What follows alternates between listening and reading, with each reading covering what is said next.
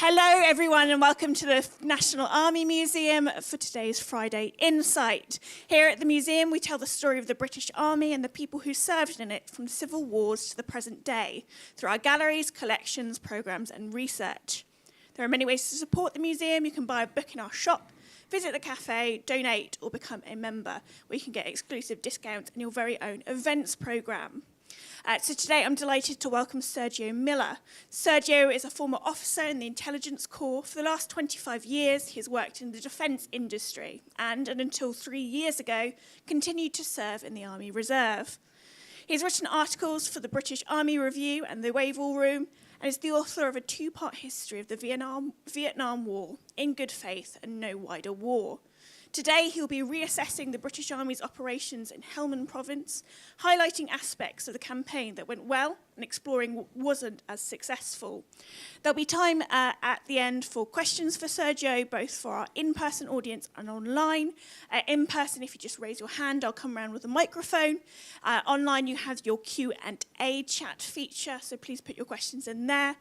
Also, for people online, if you're having any technical issues, usually refreshing works wonders.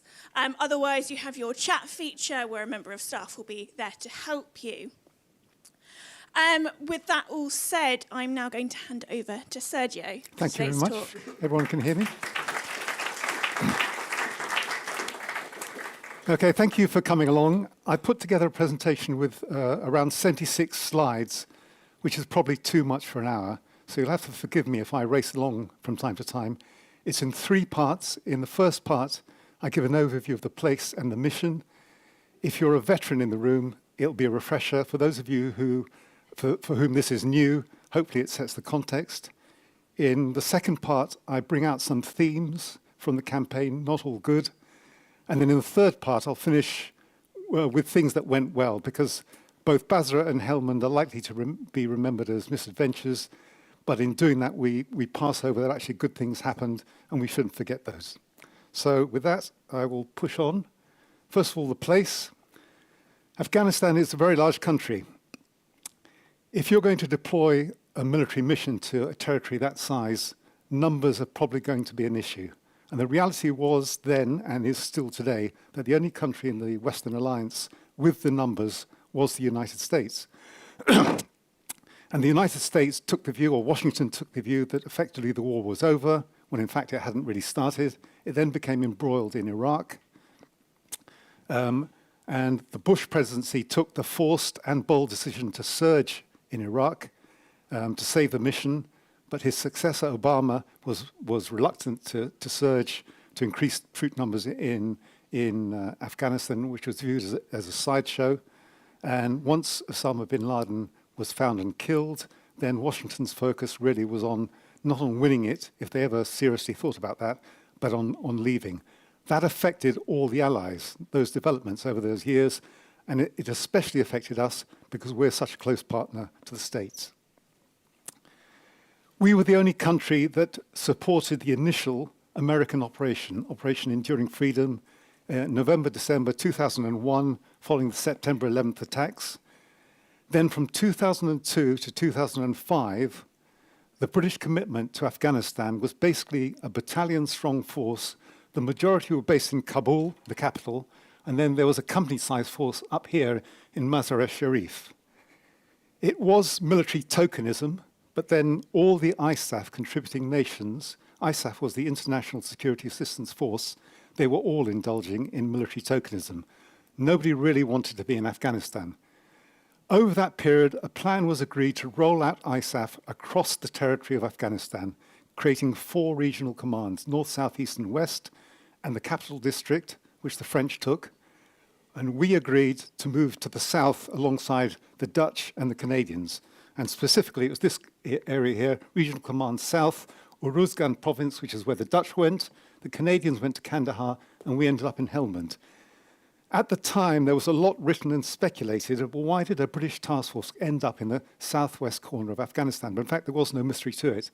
A Canadian contingent joined the Americans in Kandahar airport in 2002. They remained in place in the succeeding years. So by the time the discussions came in 2005 on who should go where, the Canadians basically felt Kandahar province is ours. We've been there the longest, and we agreed. So we ended up in Helmand province. Helmand province, roughly, from north to south, is the distance from London to Edinburgh. It was only created in the early 1950s, at the same time that land reclamation and canal building projects were started by American engineers, and also the building of the Kajaki Dam, which is this thing here, which is the main feature in Afghanistan. The capital is Lashkargah, which means place of the soldiers. At the time, it didn't exist. Lashkargah was basically a single bazaar and some old 18th century ruins, hence the place of the soldiers. And it owes its existence to an American engineer called Frank Patterson, who decided this would be a good place to build a city. And that's why the center of Lashkargah is the grid pattern, a typical American grid pattern. And that's also the reason why in the adjoining district, where the main land reclamation and canal building projects took place, this area here, Nadi Ali, which means the call of Ali, which is a poem from the Quran, why it also looks a bit like the American Midwest with the grid square pattern. Helmand province is defined by the Helmand River, which runs right down the center from, where are we, Kajaki Dam all the way through. It's the largest river between the Indus and the Nile, but it's an unusual river because it doesn't end up in the sea. It actually turns west and ends up in a marsh area on the Iranian border.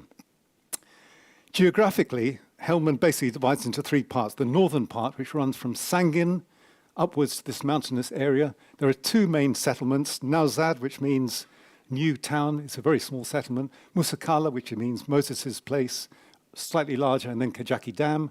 Sangin was, I should say, the center of the narcotics trade. Gereshk in the middle was and remains the commercial capital of Helmand province on Highway 1, which is a ring road that goes all the way around Afghanistan.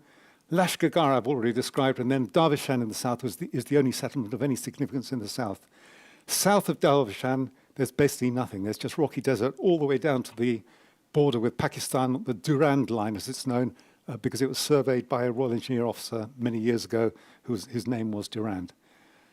I've highlighted there the governor, Sher Mohammad Akhundzada, because he played an important and unfortunate role in the story of Op Herrick. When the Taliban regime was collapsed, 4 contenders came up for the post of governor of Helmand province, and he won the competition. Basically, his father, in fact, had been a governor, so had an uncle been a governor of Helmand province. He was from the Alizai tribe, from the Musakala area, respected. He kept the ring with all the vested interests in Helmand, kept the peace. The Americans worked with him well, pragmatically. They were aware of his nefarious activities, but they tolerated them. We came along and decided to dismiss him. The Foreign Office and SIS, MI6, came up with a plan basically to get rid of him. President Karzai was very reluctant to accept this, but he eventually took the advice. Sher Akhundzada ended up as a senator in Parliament, where he was able to bend Karzai's ear and tell him what a terrible job we were doing. Why did we get rid of Akhundzada? Because the Foreign Office and SIS had been given the brief, the counter-narcotics brief. We felt he was getting in our way, or he wouldn't support the programs that we wanted to implement. And so we wanted to put in someone that we thought would be more suited to our interests. If you know your history, in the 1830s, we basically committed the same folly. We got rid of the popular Afghan ruler and we replaced him with someone who we thought would be more susceptible to our interests, and we ended up provoking a rebellion against us. And that's effectively what we did in 2005. His replacement was an English speaker. He wasn't an English speaker, was an English-speaking, tie-wearing individual with a background in international companies. In his first meeting with the Helmand elders at the council, he had to be whisked out because they all turned violently against him. And within 6 months, he was gone. So it was a disaster. Most importantly of all, we got rid of the single person who was keeping the peace in Helmand. In the previous 4 years, where the American troops were based in Helmand, they had suffered just 4 casualties, and 4 fatalities, I should say, and 2 of them in a single incident. The most salient point about Helmand province, or Afghanistan, I should say, is that it was at the center of the opium narcotics trade. At this time, 94% of the global opium poppy crop cultivation was taking place in Afghanistan, and 3/4 of Afghanistan's GDP, which had effectively collapsed anyway because of the Soviet-Afghan war and then the civil war, 3/4 of Afghan's GDP was accounted for by this illicit trade. The champion province, by a long way, was Helmand, and those of you close enough may be able to read it, but I'll just read it out for you. Helmand province was producing over 5,000 metric tons of opium paste. The next nearest one was Kandahar with 760 odd metric tons. So the epicenter of all this criminality, all these arrows that you see heading off towards the UK, the epicenter of all that criminality was Afghanistan, and the epicenter of the epicenter was Helmand province, where a British government decided to deploy a task force. Helmand is a tribal society. We understood that when we turned up, but we just didn't have the granularity. We didn't understand the different tribes and the tribal dynamics. This slide shows our laydown or our understanding of the tribes in the second half of the campaign. So by this stage, we were only responsible for central Helmand. North was held by the US Marine Corps and also south. And you'll see that it was pretty complex. Some of these tribes were implacably opposed to us and were never going to reconcile with us. For example, these folk here, the Baraksai and the Nurzai, because they were heavily involved in the opium poppy crop cultivation. Other tribes, for example, these folk here, Hazaras, who were viewed as satanic by the Pashtuns, the Tajiks, the Uzbeks, they were more favorable to us because they saw us as protectors. Even at this late stage, you'll notice we still hadn't fully mapped out the tribal layout. For example, here we have not knowns, and at the far end of the slide, you'll see also that there are not knowns. But understanding the tribal dynamics was one of the things that it took us a hell of a long time to get, and it was an important part of the campaign. Helmand is defined by the river, Helmand province is defined by the river Helmand, and it's very much like the Nile. Either side of the river, you have the fertile zone, which we named the green zone, and then beyond the green zone, you have the desert, and basically nothing. And that's another view, very scenic. This is the upper Sangin Valley. You can see the beginning of the foothills. And this is a Sangha Sentry's view again. We're in the upper Sangin Valley area. This was before being a Sangha Sentry became a very dodgy job, and they had to build more protected Sanghas. Fighting in the green zone. A Worcester and Sherwood Forest soldier put it very well when he pointed out that I came to Helmand thinking that I'd be fighting the desert, and it was more like jungle warfare. And if you were in the green zone, that is a very good analogy. It was close country. Fields of visibility were very limited. Fields of fire were limited. It was good for the insurgents, and it was bad for us. Every 100 meters or so, there were these ditches. You can see these guys here. These are 2 para standing in one. I think those guys in the corner are one of the rifles regiments lying in one. At the height of the growing season, another soldier described it as submarine warfare. And you can see these folk here making their way through a maize crop. It was, as I say, it was good for them, and it was difficult for us. It wasn't just about fighting in the green zone. We also patrolled in settlements. That's Prince Harry in Derbyshire. In the south, that's a butcher's shop in Gereshk. And beyond that, there's a sort of, that's the main drag in Gereshk, and the equivalent of the Tesco's. And this one up here is one of the main bazaar streets in Nadi Alley. So it gives you an idea of just how backward Helmand province was. The ISAF mission. We were part of a much wider ISAF mission. At its height, there were about 50 contributing countries. However, the important country, and I'll have to read out the figures for you, you won't see them, was the United States.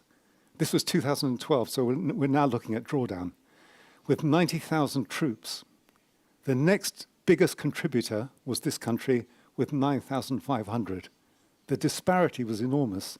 And that slide doesn't tell the full story because for the first time in the US Army's history, there were more contractors serving than US Army soldiers. So you really have to double that figure to get a true impression of the commitment, the American commitment. It's closer to 200,000.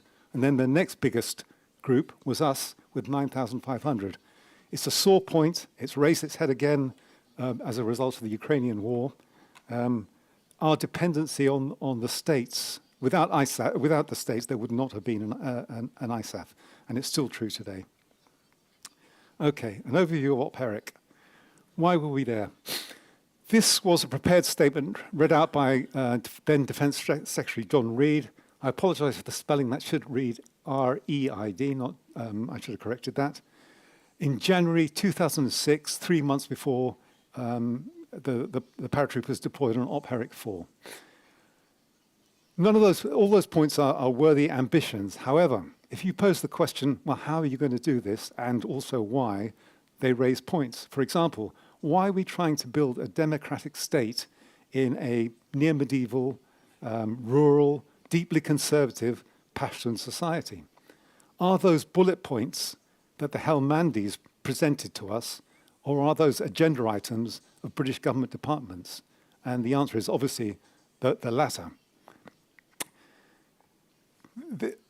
And we know, in fact, that the Helmand Plan Group, as it was called, didn't actually deploy to Helmand. They went to Kandahar Air Base, and they wrote the so-called Helmand Plan there. They didn't actually interact. To my best knowledge, they didn't interact with Helmandis, who didn't speak English anyway. This is essentially a list of bullet points that Westerners put together and said to the Helmandis, this will be good for you.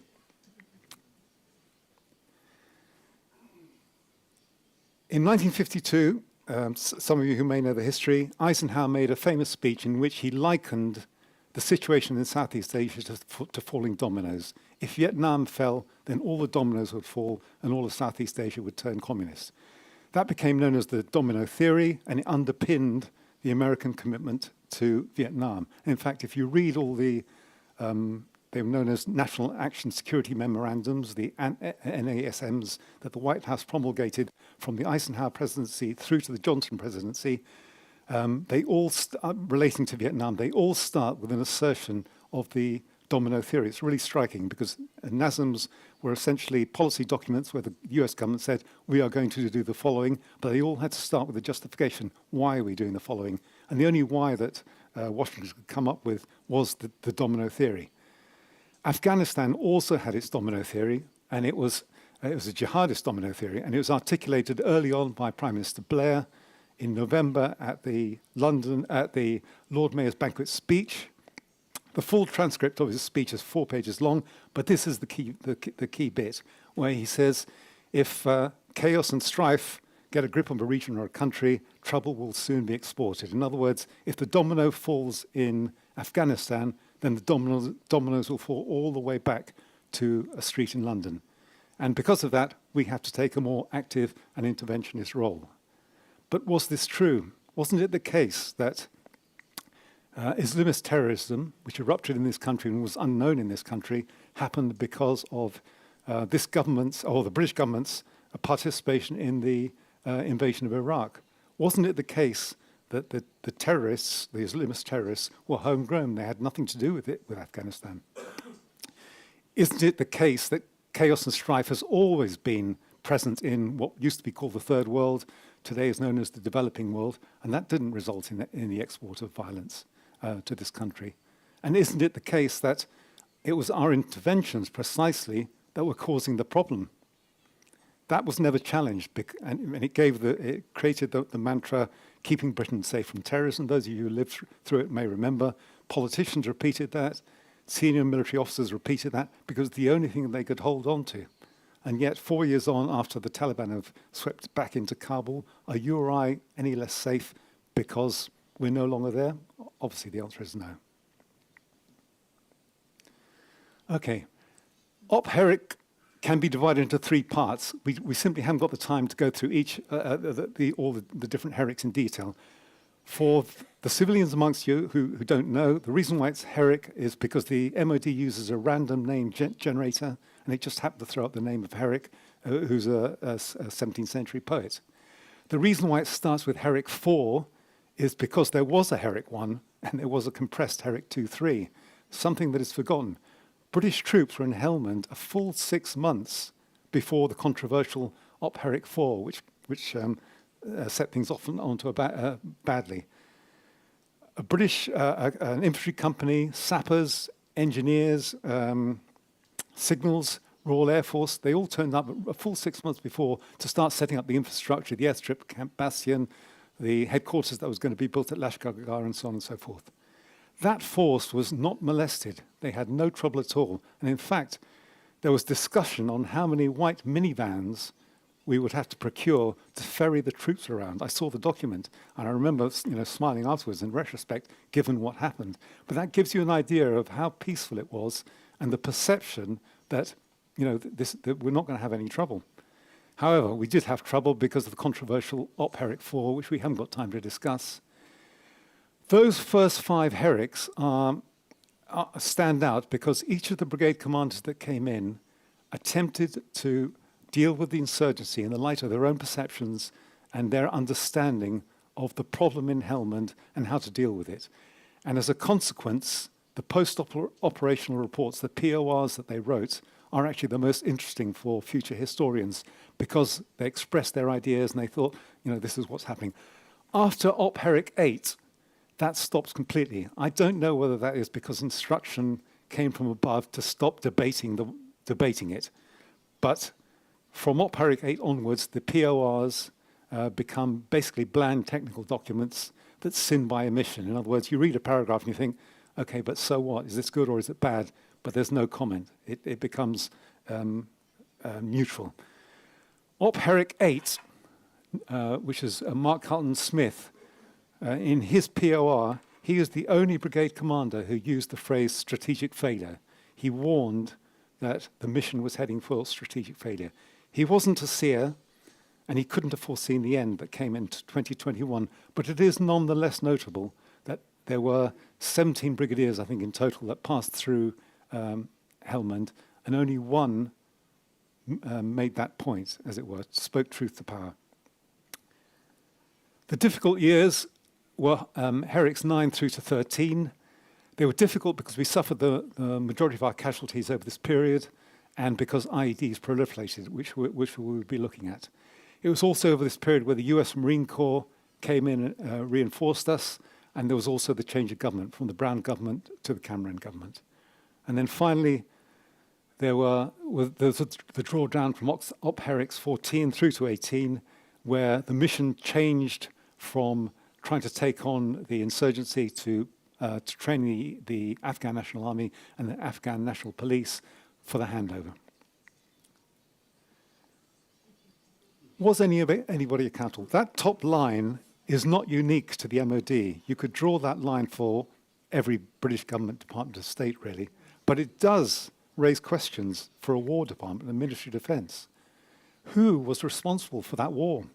Was anybody? Was anybody accountable? Should somebody have been sacked? Should somebody have resigned? These are awkward questions to ask in the case of a Ministry of Defence. You could also be rude and put a very similar line for senior officers.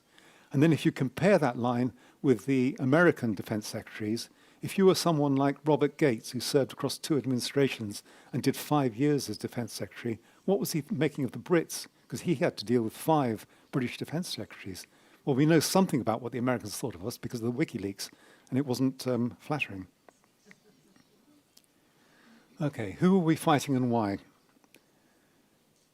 When we first turned up to Helmand, we basically had no intelligence. We depended on the Americans. And the Americans, who had been there for the previous 4 years, they told us that there were about a dozen armed groups and the Taliban, not the Taliban and some armed groups. And there was a very specific figure, I think came from CIA reporting, of 400-odd Taliban in the north under a particular individual that the Americans had a bit of an obsession with.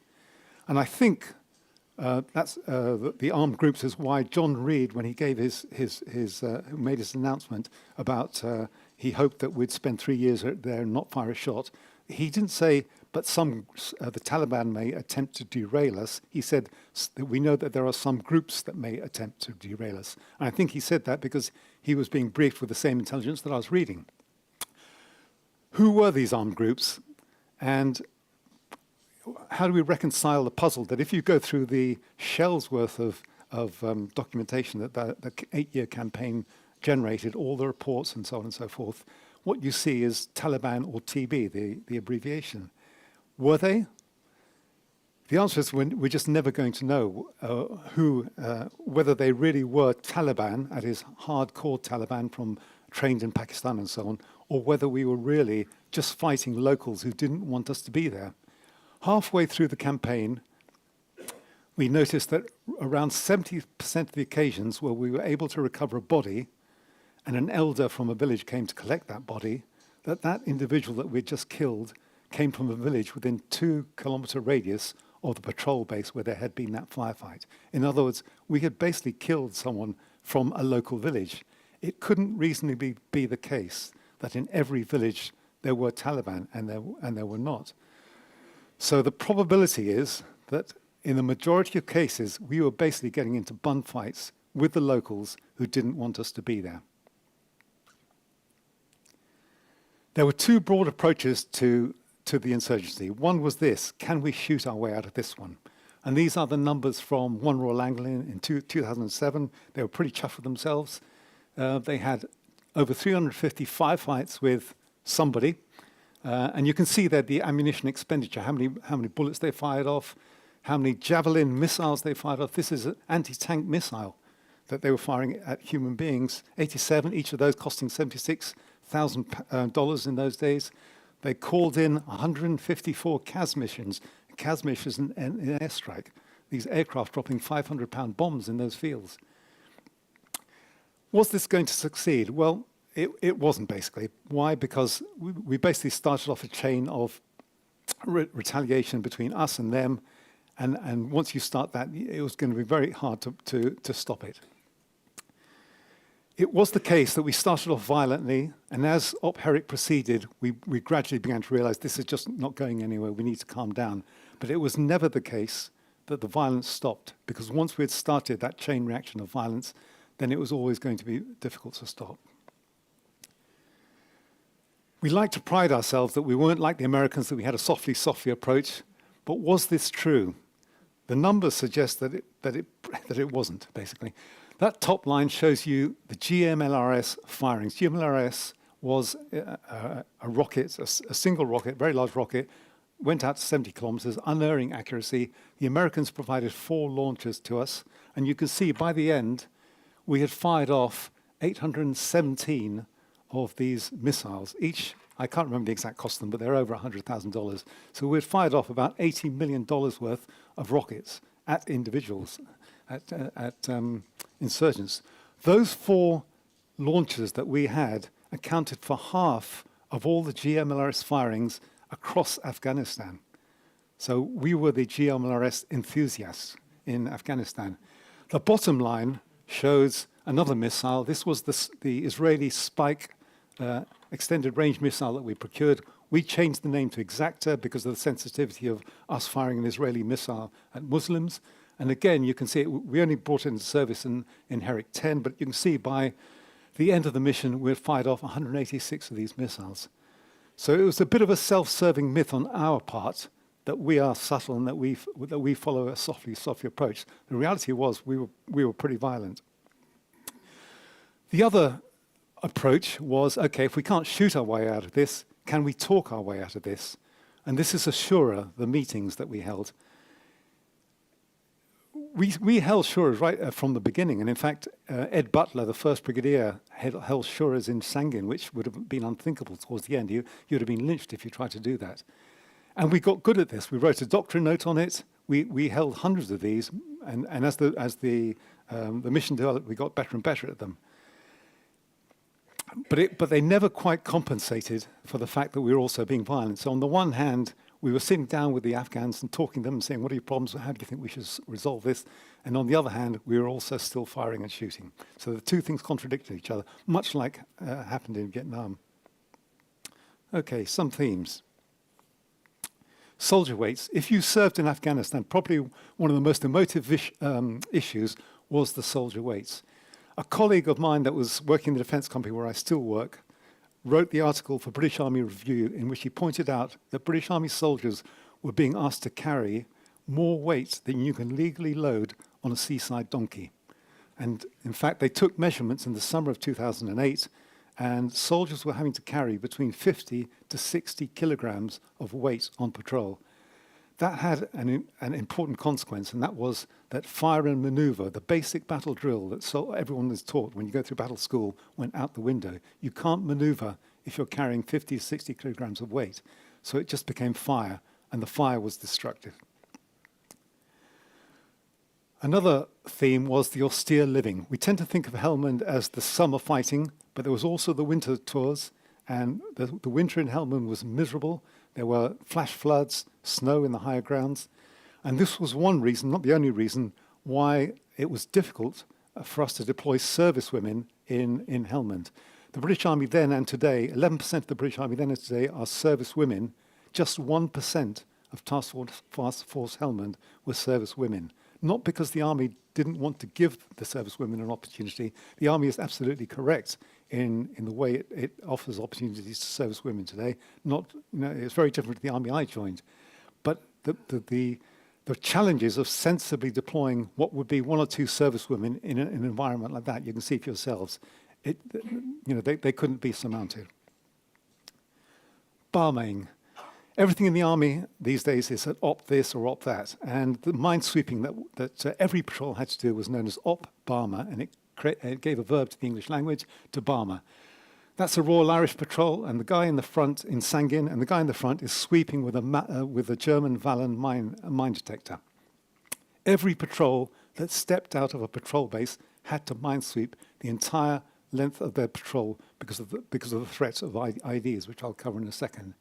You'd think that the guy with the mine detector was the safest role to be, but in fact it was the most dangerous. And a lot of these guys paid the price with their lives or losing legs. In fact, just yesterday I was talking to someone who did 2 tours, and he was telling me how the infantry and the Royal Engineers who deployed rests, they were known as Royal Engineer search teams, used to challenge each other as to who was doing the more dangerous job, the infantry with the Wallens or the rests, who also used Wallens but also used a number of other detectors. And the reality was both were very dangerous jobs and both paid a price. Putting your feet exactly in the footsteps of the guy in front of you also, by the way, was no guarantee of safety. Over the course of the campaign, I read scores of WIS reports, they're known as. WIS is capitals WIS, Weapon Intelligence Section. Every time there was an IED incident, a WIS section had to write a report on that incident. And what really struck me about all those reports was just how capricious this whole business was. A patrol would go out, do everything right by the textbook, and get caught out. You'd then read the next report. The patrol was a bit idle, and they got away with it. This is what every patrol that went out of a patrol base looked like. We haven't got time to go into the detail of it, but you can see that the amount of kit that they had to carry, the specialist kit, the different weapon types, the different roles that each had to play. You can see at the top, there's the 2 Wahlen men, and here you can see in the picture, there's the Wahlen man. Behind him, I think, is actually the commander. Behind him is one of the interpreters. At the back of the patrol, you'll see there's a spare Wahlen man. And the reason why there's a spare Wahlen man at the back is because if something happened to the 2 front Wahlen men, if they triggered an ID, which happened, you had to have some safe way to get to those 2 guys, because the Taliban stopped laying single IDs, they began laying ID fields. So if you triggered one, you were pretty damn sure there's going to be another one in that vicinity. And soldiers ignored, in rushing to try and help a comrade, they ignored waiting for the Wahlen, the spare Wahlen, and they ended up getting killed or injured. What does an ID look like? They're basically straightforward to make. You need a main charge, this here, which they made from homemade explosives from the fertilizer, which is abundant in Helmand province. That yellow container is the vegetable oil containers, which are ubiquitous in Helmand. You need a power source, a battery. You need a switch to set the thing off. I'll show a switch in the next slide, how they work. And then you need an initiator, which you put inside the charge. All homemade components, very easy to make, all the components available in Helmand. This was the most common form of switch, the thing that you trigger, that triggers it off. the VOIED, which was a victim-operated IED or pressure plate switch. Basically, it comprised of a plank that you put down. Above that, or just over that plank, you put the metal contacts. And above the metal contacts, you suspended a saw blade. And in this case, you can see it's on 4 springs. That's the saw blade there, and the 4 springs. You buried that just underneath the ground. You laid the earth on top of it. When someone stepped on this, they depressed the saw blade, it made contacts with the metal, and you set off the IED. There was an obvious disadvantage to that, and that is it's metal. So if someone's got a metal detector, the barmer guy at the front, the likelihood is he's going to pick that up. So this is what happened. The low metal content, VOIEDs. The Taliban switched to carbon rods, and it's likely that the Pakistani intelligence services taught them how to make these. Carbon rods you can get from batteries, old batteries, for example.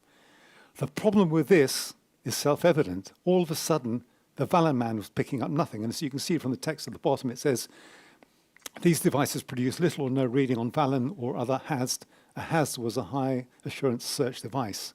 They started appearing in Garesh in the summer of 2009, and then they just proliferated. This created a dramatically different picture for patrols going out on the ground, as you can appreciate. All of a sudden, the Vallon man was helpless. So how did they do it? Well, ground sign was one thing. Search dogs, they began to introduce search dogs. You had to find the battery pack, so people the Vallon men got clever at trying to look for the battery pack first, because obviously there's metal in a battery, so they'd detect that. But this changed the situation dramatically and caused us a lot of problems. It was on an industrial scale.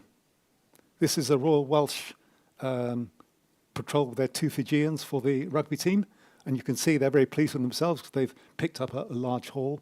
But it was on that sort of scale that they were laying these IEDs. And to give you an idea of the numbers, there you go. These are months. So at the peak, there's over 900 IED incidents taking place in Afghanistan, in Helmand. Those were incidents in us triggering them, or us finding them, or turn-ins, because a lot of the farmers got fed up with the IEDs and they were telling us where they were. That doesn't reflect the true number of IEDs that were being laid, because we were only finding a proportion. We'll never know how many they were being laid, but we can be certain that those bars really should be in the thousands and not in the hundreds. That was the scale of what soldiers and Marines were facing in Helmand. And this gives you an idea of the problem it caused. This is a hotspot map. Basically, the green is where there are fewer IEDs, yellow, more IEDs, and then red is many IEDs. And you can see, and this is center-south, this is Lashkar, the capital, and this is basically the remaining area towards the end of the mission that we were responsible for. And you can see, well, where wasn't there an IED? The black spots, incidentally, are where we had IED incidents. And if we zoom in, there you go. All those black spots are where we had an IED strike. And all the red areas are where there was a British Army base. And you can see what was happening. The British Army base was very quickly being surrounded by IEDs. And if you were a soldier trying to get from, say, this patrol base up to that patrol base, a matter of 3 or 4 kilometers, you knew with certainty that we're going to stumble into IEDs. And you knew it was going to take a day or two because you would have to crawl along carefully obviously to deal with the IEDs. Counter-narcotics. I should mention it because the Blair government volunteered this country as the lead narcotic nation in 2004. This country has no agency with any experience in counter-narcotics. The Foreign Office and SIS, as I've mentioned, MI6, were given a pot of money. From memory, it was £240 million. 2/3 went to the Foreign Office, 1/3 went to SIS. These 2 organizations then felt they had to deliver something. They really couldn't. We had no good plan.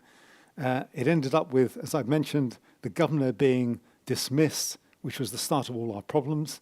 And basically, nobody had a good idea on how to deal with the counter-narcotics. And that includes the Americans, who spent billions, far more than us. The irony of it all is, in 2001, the Taliban came back into power, and you can see what happened. Opium poppy cultivation collapsed. The last time opium poppy cultivation collapsed in Afghanistan was the last time they came into power, in 2001. we could have had, if we had played this in a different way, we could have had these guys on our side and we could have sorted out the counter-narcotics problem. Today, it's almost eradicated now that the opium poppy cultivation in Afghanistan. Those of you who lived through it and can remember, there were a number of sticks that the media used to beat the government with. One of them was the business of protected vehicles. We can't go through the detail of it all. One of the volumes of the Chilcot inquiry deals with this very well. And credit must go to then Defense Secretary Des Brown, because it was he that basically got the army by the scruff of the neck who were procrastinating and said, buy the vehicles you need. And it was also Des Brown who opened the Treasury purse. Gordon Brown was then Prime Minister and made the money available so that we could buy the protected vehicles that we needed. Protected must mean protected. The vehicle on the left, the Jackal, is the British designed and British manufactured Jackal. Along with the Land Rover, it was the only British vehicle in the fleet. More British soldiers and Marines were killed or maimed on the Jackal, this vehicle, than on the Land Rover Snatch. Some of you may remember the media, how they got on top of the Land Rover Snatch story. They completely missed the Jackal story. Why? Because, or why was it such a dangerous vehicle? Because the commander and the driver, as you can see here, there and there, are sitting over the wheel arches. If you drive over an ID and you're sitting over the wheel arches, the consequences are going to be bad. For different reasons, I had cause to go to the mod depot in Ashchurch near Gloucester, where all the casualty vehicles were brought back from Afghanistan for coroner purposes. They were all kept in a big aircraft-sized hangar. I had an opportunity to look at the Jackals and all the other vehicles as well. And you could see clearly what was happening, that it just wasn't a good situation. If you were a commander or a driver and they went over an ID, then the consequence is going to be bad for you. This thing is a protected vehicle. That was the US Cougar that we bought, which we renamed the Mastiff.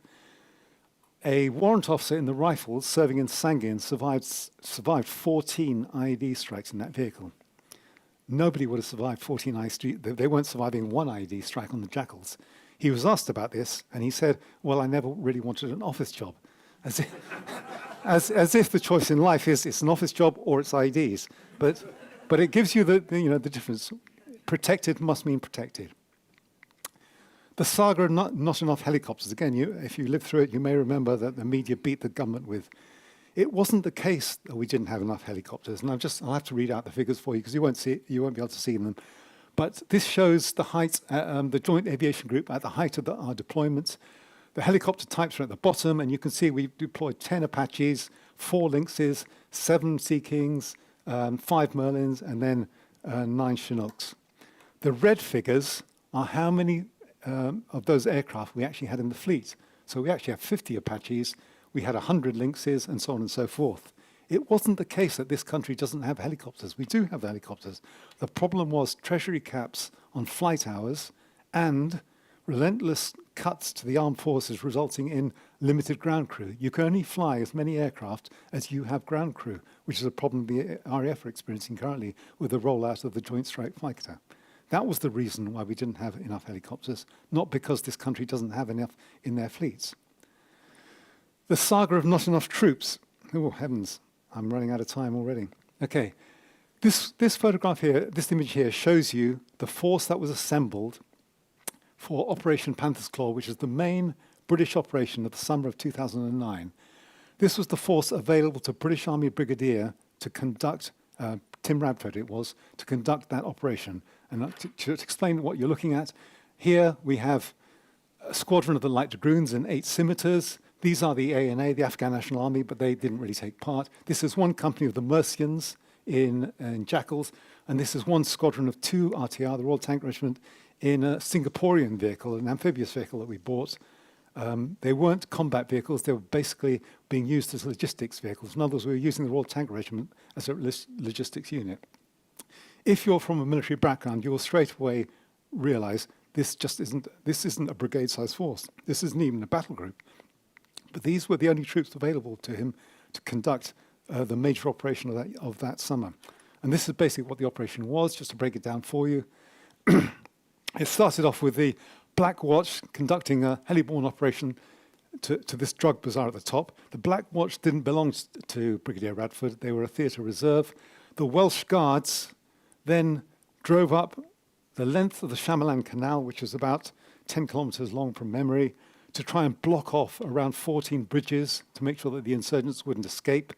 This was the operation that resulted in the death of Colonel Thornlow when the vehicle he was driving in ran over an IED. While all that was happening, then the main force came down here, following a route called the Old Babaji Road. The rate of advance of that main force was slower than the British Army's rate of advance in Normandy against the German enemy, and this was against light opposition because it was just such a weakened force and because of the difficulties of the terrain.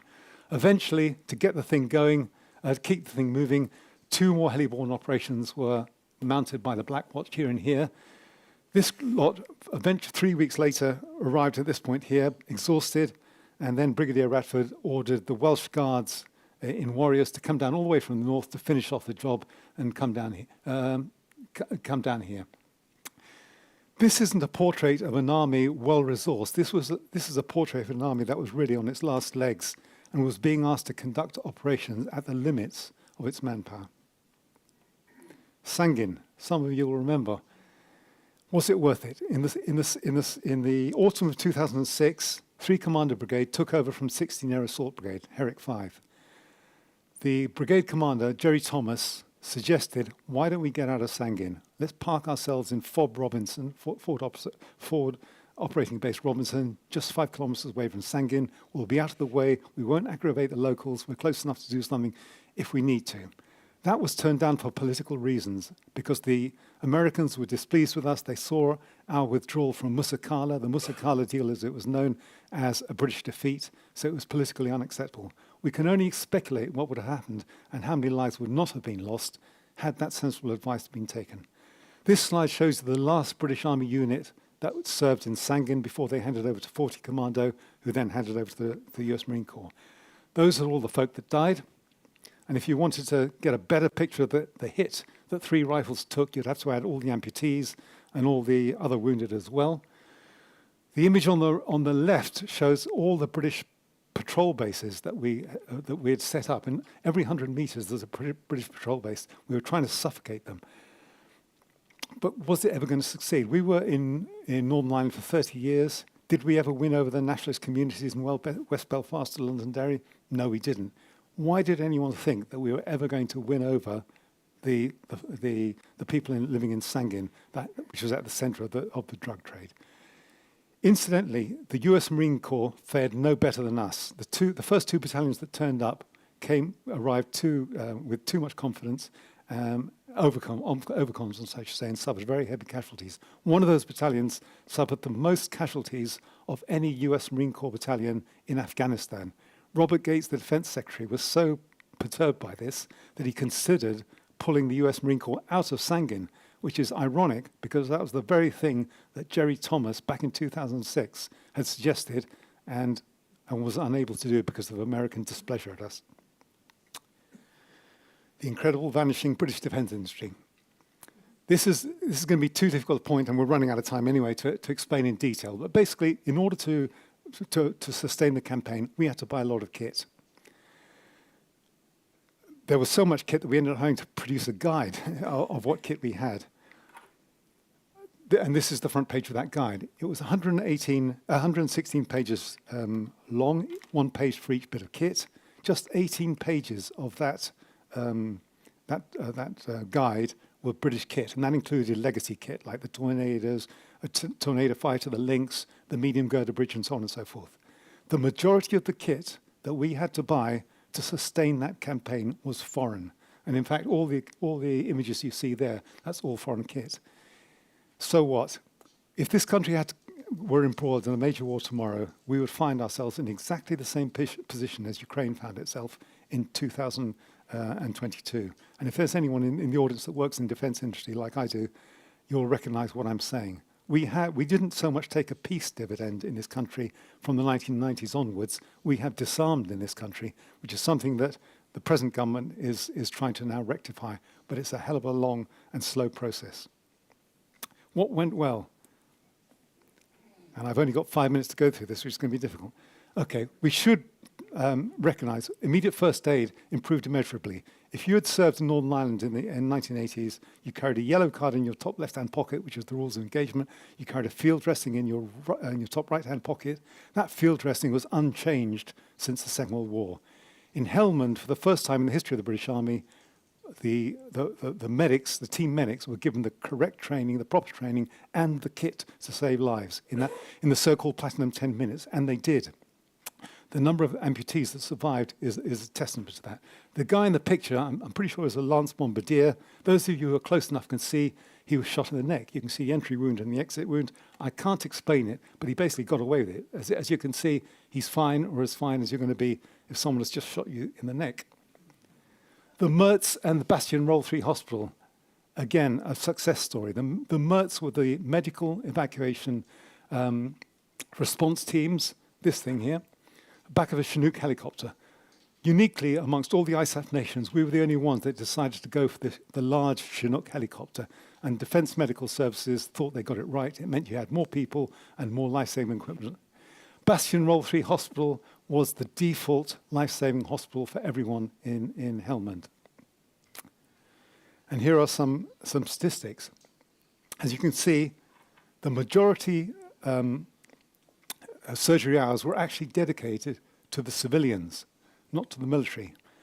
And in 3 of those months, February, March, and August, the red bars here, green bars, the detainees. In 3 of those months, we were dedicating more surgery hours to the insurgents than we were to British Army soldiers. In other words, these were folk that we had shot or whatever. We were picking them up, we were giving them first aid, and we were bringing them back to Bastion Hospital. Okay. This slide really should be for politicians to dwell on. Every 6 months, the MOD published the casualty data. I think it was legally obliged to. This is the last set of data, September 2013, before the mission transitioned to the training mission. And the point it makes is that it's not just about the fatalities. It's about the attrition that a force will suffer over an extended campaign. And I will have to read the figures out for you because you probably won't see them. But by this stage, by September 2013, we had suffered 302 VSIs, the very seriously injured. These were the amputees. We had suffered 305 SIs, people who were shot, for example, seriously injured. We had a total of just over 7,000 field hospital admissions, people coming to Bastion Hospital, of which just over 2,000 were wounded in action, and then that's 4,800 were DNBIs, disease and non-battle injuries, which is why I put there not the Crimean War, but because all wars are unreasonable. The majority of your casualties, or the people that you're going to lose, are not necessarily combat injuries. They are people you're going to lose because of disease and non-battlefield injuries. The number of Aeromed flights, as you can see, back to the UK was almost 7,000. A proportion of those didn't come back. They were people that basically were lost to the commanders. At patrol base level, this is what it looked like. A primary health care was basically 2 or 3 Defence Medical Service NCOs in one of the patrol bases. And this shows you the first tendencies over the course of just one Herrick rotation over 6 months. So we've got 16,000 soldiers turning up in front of one of those NCOs and saying, I'm not feeling so great today. What did that result in? Well, days on light duty, 5,500, and days off duty, completely off duty, 1,400. These were people that were lost to the commanders who weren't going to step out of patrol bases, which puts the pressure on people who were, as it were, soldiering on. This is an interesting set of data. It shows soldiers reporting that they had gastrointestinal problems. If you had runny tummy, you were excused patrolling. You didn't step out of the base. And one set of data obviously stands out here, Sangin. What was so different about the living conditions in Sangin that meant so many soldiers were saying, I've got runny tummy? To my best knowledge, there was no difference between Sangin and all the other patrol bases. But what do we know about Sangin over this period? We're now looking at Herrick's 10, 11, and 12. Well, we know that just under 10% of the task force was based at Sangin over this period, but half our fatalities were being experienced at Sangin. We know that on average, 1 in every 6th patrol was getting embroiled in an IED incident. Those are terrible odds. We know that for the first time, the British Army started experiencing refusals, i.e. soldiers who were refusing to step out of the patrol base. Is that a picture of the medical state of Sankin, or is that a picture of the psychological state of the soldiers by that stage? Headley Court deserves a mention. We hadn't had to do anything like this since the Second World War. It was a charity. It was supported by the charities. Help for Heroes, some of you will remember. We ended up with just over 306 amputees. 1/3 of them were double and triple amputees. And we had our first ever surviving quadruple amputee in the British Army, a young sapper who was working in arrest, a Royal Engineer Search Team. The BRF, the Brigade Recce Force, deserves a special mention. It was a huge success story. The 16 Air Assault Brigades started it off in 2006. 3 Commando Brigade then took it on, and then over successive Herricks, it got better and better. The key to this was precise intelligence. And I'll just show you some of their stats. By the end, they were rivaling the Special Forces group, though they were going for different targets. But you can see there, in Herrick 14, they conducted 49 operations, and they managed to pick up 5,700 kilograms of homemade explosive, 177 pressure plates, those switches that I showed you, and so on and so forth. They were hugely successful. I'm just being given the 5-minute red card, so I'll have to go quickly. I'm on slide 56. They were hugely successful and important asset to the brigade commander. Our super killer, it should be mentioned, the snipers were very important to us. Millions of rounds were fired off by the task force. We weren't killing millions of Afghans. It was these guys that were causing the problems for the insurgents. 15 PSYOPs group deserve a mention. They were only about a dozen strong, tri-service, reservists, a lot of them, and they had a disproportionate effect on the campaign. One of their success stories was this. They set up a radio station, Radio Tamadoun. They gave out free wind-up radios. They invited mullahs to come and do radio shows. They invited women to come and do radio shows. The first time ever in Helmand's history that women had a voice. It was an example of a success story. Training went well. At the beginning of the mission, you basically did about a month's training. By the end of the mission, it was a year-long training preparation before deploying to Helmand. This is an example of one of the initiatives, Virtual Helmand Province, that was created. I happened to work on this, and you can see there's Virtual Musakala, there's the real minaret at the end of the Bazaar Road, and there's the virtual minaret. We modeled virtual Afghans, the jingly trucks, pickup trucks, Afghan national peace, and so on. So before deploying, you could, as it were, wander around virtual Helmand and get a feel for the place. And we did the same. There's an example for virtual Sangin. Biometrics, the Americans gave us 2 different biometric systems, hugely important because the Afghans didn't realize that in allowing us to enroll them, I take iris prints, fingerprints, swabs, and so on, that they were setting themselves up. Because if we then found matches with ID components, for example, we were then able to lift them. As you can see there, by October 11th, we had enrolled almost 70% of the fighting-age males in Helmand Province. It was hugely important in the second half of the campaign. It was the Royal Signals what won it. In wars, we tend to focus on the fighting and the fighting units. However, in Helmand, that would be a mistake, and it would be specifically a mistake to ignore the Royal Signals, because they played a key part in the campaign. Okay, this is an impossible slide. Wait a minute, I'll just go back a minute. Okay, this is an impossible slide to read, but it makes its point well. The British Army deployed to Helmand with a radio system called Bowman. It was controversial, because, and I don't have time to go into it. Wait a minute. Oh heavens! That's the slide I wanted up. But basically, to cut a long story short, all that kit there was what we had to procure on top of Bowman to create a working data network. And this is what it made possible. We basically created the Royal Signals created a spine of masts that enabled data passage between PBs. And I'm sorry that I'm racing through these now because I know I'm running out of time. And what that made possible was linking sensors to shooters. The sensors are all these. I'll show you an example in the next slides, so you'll see what I mean. But the sensors were these things like the mast-mounted cameras. LTMR was a radar. SAFPLS was a shot detection system. Revival was a balloon with a camera, and so on and so forth. Each of the patrol bases now had a range of sensors. They could pick up and detect insurgents. They could then pass on that data to shooters. That's funny. Okay, I see what's happening. Oh, no. Okay, let me go back. All right. This is a real example. A light EW team, electronic warfare team, picked up that two insurgents, Zubia and Mahbub, were preparing to attack an ISAF patrol. They were able to fix them, that is, geolocate them where they were. A reviver balloon was then cued onto them. That's the image you get from the camera of the reviver balloon. The next slide should say, but it doesn't say. Yeah, it does. Yeah, okay. Cody wants, no, it doesn't. I'm seeing something on my screen that you're not seeing on that screen. I don't know why. Okay.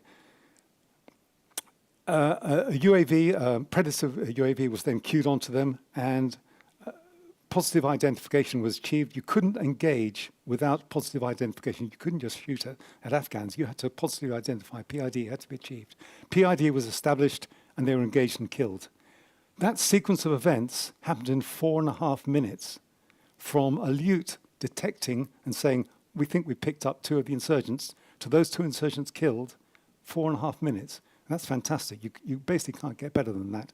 And that was only possible thanks to that network that I had to race through in the previous slides that the Royal Signal set up. Okay. It wasn't just about the bases. There were also lots of moving or aerial ISR assets. ISR is intelligence, surveillance, and reconnaissance. Again, I apologize that I'm having to race through this. Okay, and what did that make possible? Well, here are some of the numbers from the Special Forces campaign. Just towards the end now, Herrick 15, 16, and 17. And you can see the number of ops. They were mounting 108, 119, 111. So the Special Forces were going out the door roughly once every 2 days. And although we tend to focus on the EKIAs, enemies, insurgents killed in action, 115, 105, and 91, they were also involved in HRAs, high-risk arrests, you can see here, and jackpots were the insurgent commanders, so the people that we really wanted to get. And it wasn't just about the Special Forces. I'm almost there at the end. It was also about the conventional operations. This was Op Herrick, which was the last major conventional operation that we ran. It was preceded by as it says there, a month-long ISR soak. Basically, we got hold of as many assets as we could to just observe the area and try and fix where they were and their numbers. And we managed to identify 3 command points here, here, and here. This area actually was the responsibility of the US Marine Corps. This was our area. And how many insurgents there were in these areas. And Operation Mostrak, actually, the first day proceeded bloodlessly, because having identified where the C2 node, where the command and control node was, these guys were taken out by Special Forces just before the operation launched, which created the conditions for success. Okay, in conclusion, we're almost there, good. So were we winning it? Towards the end, we began saying, well, hang on, the levels of violence have declined in the green zone. This is success, isn't it? But the reality was that we were just displacing the fighting outside the green zone. This was the last area that we were responsible for, and you can see that evidently the fighting had declined in the green zone, but the fighting just increased outside the green zone. Did the Army or the MOD ever win over the media? I don't think so. I think from start to finish, they always viewed the Helmand mission as a misadventure. What was the answer? What was the answer to that question? The official answer to that question is to keep Britain safe from terrorism. But that would be incomprehensible to that woman or indeed to any other Helmandi. And if we could interview the 150,000 odd folk that served on Operation Herrick, what would they say? I don't know. Is this, in the end, what the story of Op Herrick is? The British government deployed as a lead nation, said it would provide security and development to a province in Afghanistan. By the end, we had been reduced to that size, and we brought neither security nor development to Helmand. The map on the left shows the main areas of revolt against us in the First Anglo-Afghan War after we deposed the popular ruler and replaced him with an unpopular ruler. 150 years later, we repeated the same folly, and this shows where the main areas of fighting were against ISAF. What has changed in 150 years? We got there.